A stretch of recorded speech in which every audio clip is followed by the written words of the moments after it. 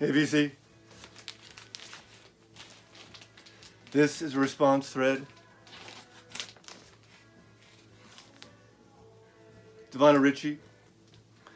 I can't do Vinyl Richie. I love Vinyl Richie, and I always want to emulate his style. It's great. I love it. It's kind of nonchalant and like it's kind of a fuck you approach, and I mean it in the best of worlds in terms of I love his musical presentation, his taste, and I like he just says about the bullshit of some records and some, like the wankers of some records. But anyway, he I think he took an idea or a seed of an idea. I'm not getting the right light in this position. Sorry everybody, but you know I'm in the foreground, background, whatever.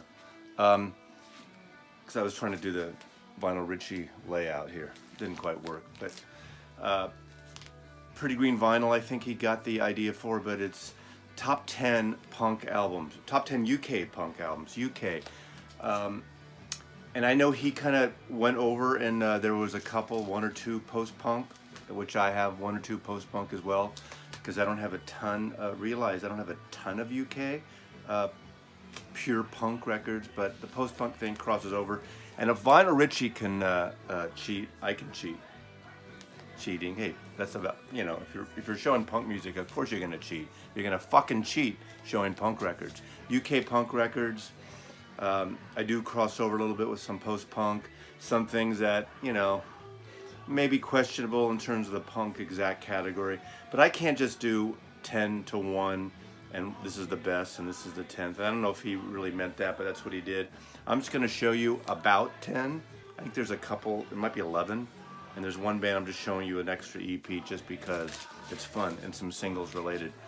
But not in any particular order. Here from my collection,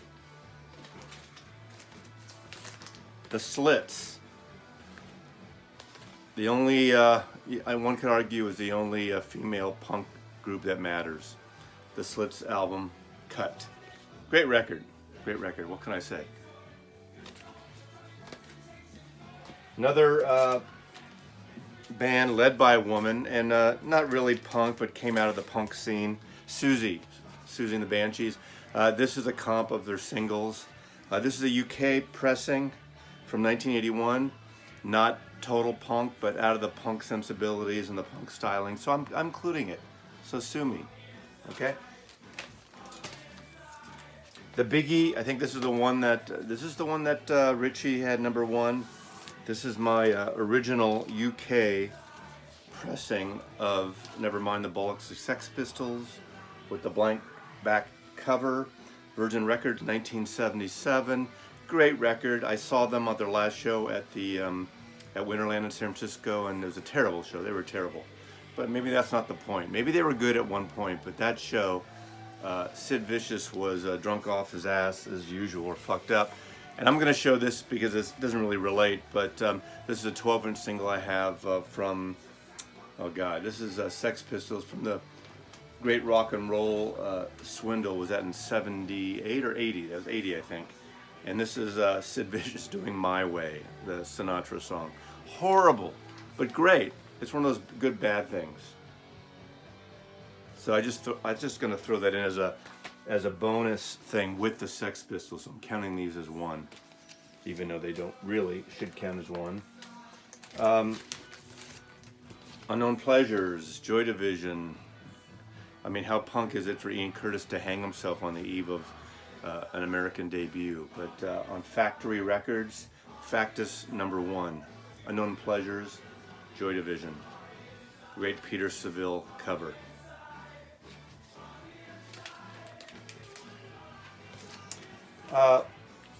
You know, more mods than rockers, but in the punk sensibilities.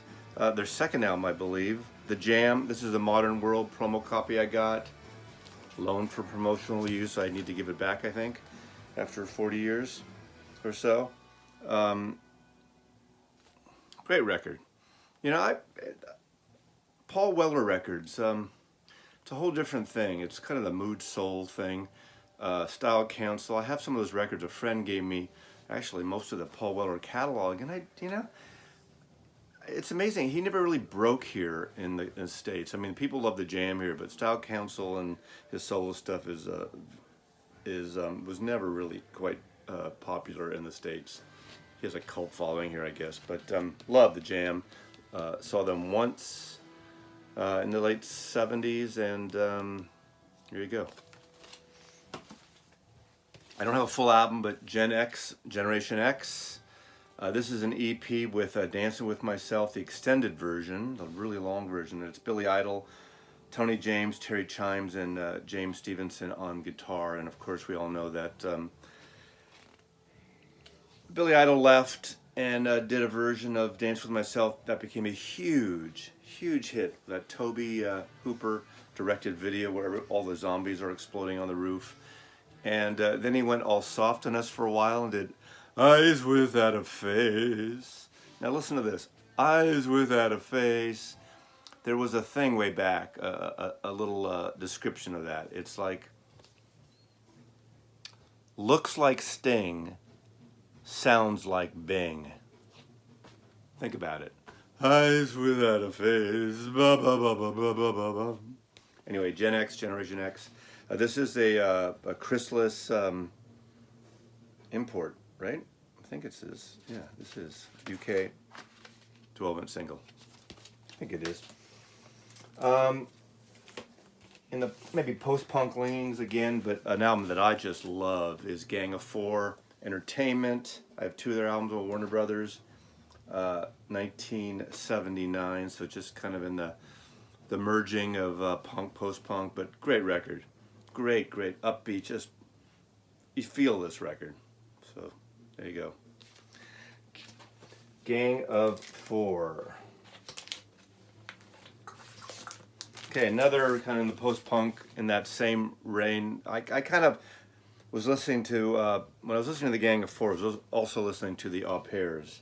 But this is a little later. This is 1981. I love this record too. This is an UK pressing that I got when it came out. The Au Pairs. I have two of their records and love the Au Pairs. Very danceable, very upbeat. Not so much punk as I don't want to even say new wavy, but it is post-punk. That's the definition. But I'm going to put it in my UK top 10 of punk records. Now, the last three are these are probably my favorites of UK punk, and one is someone that people don't really put in the punk genre. I'll start with that one. But folk punk, probably the inventor of folk punk, not intentionally, but Billy Bragg. This is a reissue of his first record with some live stuff and other tracks. The first record, Life's a Riot with Spy vs. Spy. It was his first record. It was an EP in the UK. Hit the top 30 as an EP. It was actually considered an album, even though technically it wasn't. But I love Billy Bragg. He came out of the box on that first album, and I saw him opening up for The Clash in Berkeley, California. And he just came out there, opening for The Clash is not an easy thing. He came out there with that electric guitar and was thrashing it and singing, and he just wowed the audience over, and they fell in love with it. And I've fallen in love and been a fan of Billy Bragg's ever since. And obviously he's become more of the Woody Guthrie folk troubadour in a way, doing his Woody Guthrie collaboration of songs with Wilco. His records have become a little more acoustic based, things with Joe Henry.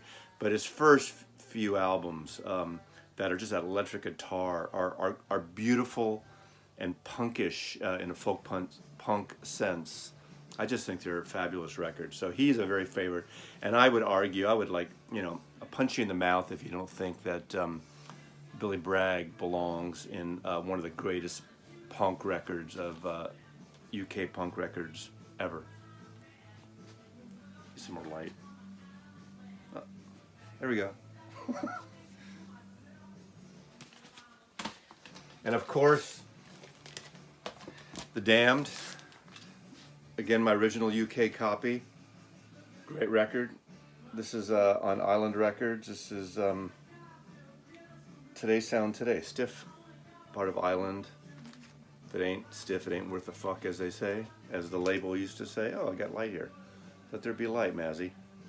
Damned, great UK punk record. Probably one of the best ever. And then lastly, I know Vinyl Richie showed this. This is my UK copy again of the very first Clash record. I mean, you could show, I mean, in terms of a great album, London Calling's a better overall album, but this is more of the true punk album and really changed things a lot too. So, great band, one of the most important bands that ever played punk. Career Opportunity. It's just one of the best rock and roll bands ever, right? I would argue they were the better rock and roll band than the Stones. God, sacrilege, right? Well, that's another story. Mick Jones, Joe Strummer, Paul Simeon, and Torrey Crimes on the first album. So there we go. Thanks, Vinyl Richie, and thank you.